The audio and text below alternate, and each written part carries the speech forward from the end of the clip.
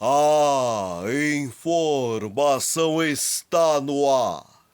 O caso Marielle Franco.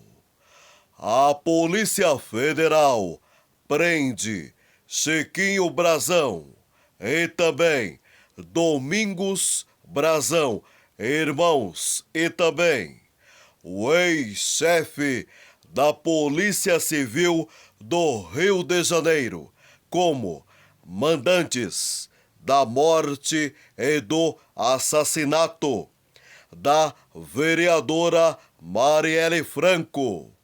O caso aconteceu. O assassinato aconteceu em 2018. A fonte da informação para informar o nosso povo. Site 247.